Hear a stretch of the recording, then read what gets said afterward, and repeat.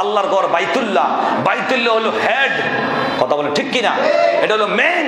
আর পৃথিবীর মধ্যে যত মসজিদ আছে এগুলো হলো কি ব্রাঞ্চ, শাখা, কথা বলেন ঠিক কিনা, ব্রাঞ্চ শাখা। তো স্বয়ং বাইতুল্লাহ যদি মিলাদুন নবী পালন করতে পারে, আর ব্রাঞ্চ শাখাগুলা কেন আজকে তালা থাকবে? কথা বলেন না। যদি এটা মসজিদের অংশ হয়, মনে রাখবেন সব মসজিদ এটা মসজিদের খানায় খাবার অংশ না, সব মাদ্রাসা নবীর ঘর নয়, সব হেদায়েতের জন্য আহ্বান নয়, এটার মধ্যে উদ্দেশ্য ভিন্ন আছে, আছে না নাই? কথা বলেন আছে না নাই? যদি মসজিদ খানায় খাবার অংশ হয়ে থাকে, যদি এটা ব্রাঞ্চ শাখা হয়ে থাকে, স্বয়ং হেড অফিস যদি মিলাদুন নবী করতে পারে, তোমার ব্রাঞ্চ শাখায় এই মসজিদে বসে কেন মিলাদুন নবীর বিরুদ্ধে কথা বলা হবে?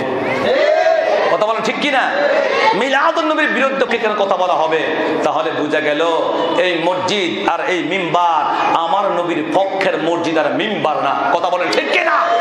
যেই মিম্বারে বসে মুস্তাফার শান ও আজমত বলা যাবে না, মনে রাখবেন এটা সেই নবীর মিম্বার না, এটা হচ্ছে সেই ইয়াজিদ বাহিনীদের মিম্বার। কথা বলেন ঠিক কিনা?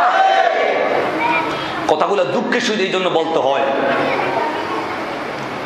মসজিদে জারার একটা মসজিদ আছে, মুনাফিকের একটা মসজিদ নির্মাণ কইরা আমার নবীকে দাওয়াত দিয়ে নিয়ে গেছে, হুজুর আপনার দাওয়াত, আমরা অমুক মহল্লায় একটা মসজিদ নির্মাণ করেছি, আপনি যা এটা উদ্বোধন করবেন। নবী যে আমার দাওয়াত গ্রহণ করে নিচ্ছে, গ্রহণ করে আমার নবী বলতেছেন ঠিক আছে আগামীকালকে আমি যাবো, উদ্বোধন করব।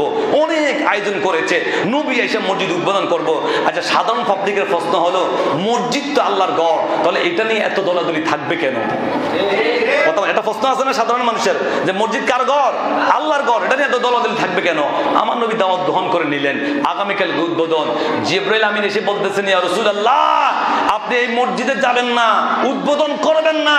নবী গো এটা মুনাফিকরা করছে, ষড়যন্ত্র করে এই মসজিদ আপনাকে দিয়ে উদ্বোধন করায়া আপনার বিরুদ্ধে কথা বলবে, ইসলামের বিরুদ্ধে কথা বলবে, এটা মুনাফিকের ষড়যন্ত্র। নবীজি আমার যখন ওহী পাইলেন, জিবরাইল যখন এই সংবাদ দিয়েছেন, আমার নবী সাহাবীদেরকে বললেন যে না মসজিদে যাওয়া যাবে না, তোমরা ওই মসজিদটাকে আগুন দিয়ে জ্বালায়া দাও, এটা মুনাফিকদের মসজিদ, মসজিদে জারার। কথা বলেন ঠিক কিনা? এই জন্য ইমানকে বাঁচাইতে হলে সব মসজিদে যায় নামাজ পড়া যাবে না, সব মাদ্রাসায় যাওয়া যাবে না, যেখানে মুস্তাফার শরীয়তের তাজিম থাকবে, নবীর মুহাব্বতের কথা হবে, ওটা হচ্ছে নবীর পক্ষের মসজিদ। কথা বলেন ঠিক কিনা? মনে রাখবেন এটা নবীর পক্ষের মসজিদ। আজকে বাইতুল মানসুরকে আল্লাহ কবুল করে নিয়েছেন বিদায়, বাইতুল মানসুরে মিলাদুন নবীর সেই খাবার অংশ হিসাবে, নবীর পক্ষের ঘর হিসাবে আজকে এখানে মিলাদুন নবী উদযাপিত হচ্ছে। কথা বলেন ঠিক কিনা? ভাই আমার কে কি বললো না বললো ওদিকে তাকাবেন না, ওদিকে তাকানোর সুযোগ নাই। পৃথিবীর কেউ যদি আপনার পক্ষে না আসে কোনো দরকার নাই, আল্লাহ এবং আল্লাহ রাসূল থাকলে যথেষ্ট। মিলাদুন নবী উদযাপন করলে যদি আপনাদের গুনাহ হয়, কিয়ামতের ময়দানে যদি আল্লাহ আপনাদেরকে ডাক দেয় গুনাহগার হিসাবে, আমি আপনাদেরকে ওয়াদা দিয়ে গেলাম যত গুনাহ হবে সব আমার কাছে দিয়ে দিয়েন কিয়ামতের ময়দানে। আর যদি আল্লাহ তাআলা এত বড় নিয়ামত, আল্লাহ তাআলা এত বড় নিয়ামত রাখছেন, সেই নিয়ামতের ভাগীদার আমরা সবাই। কথা বলেন ঠিক কিনা?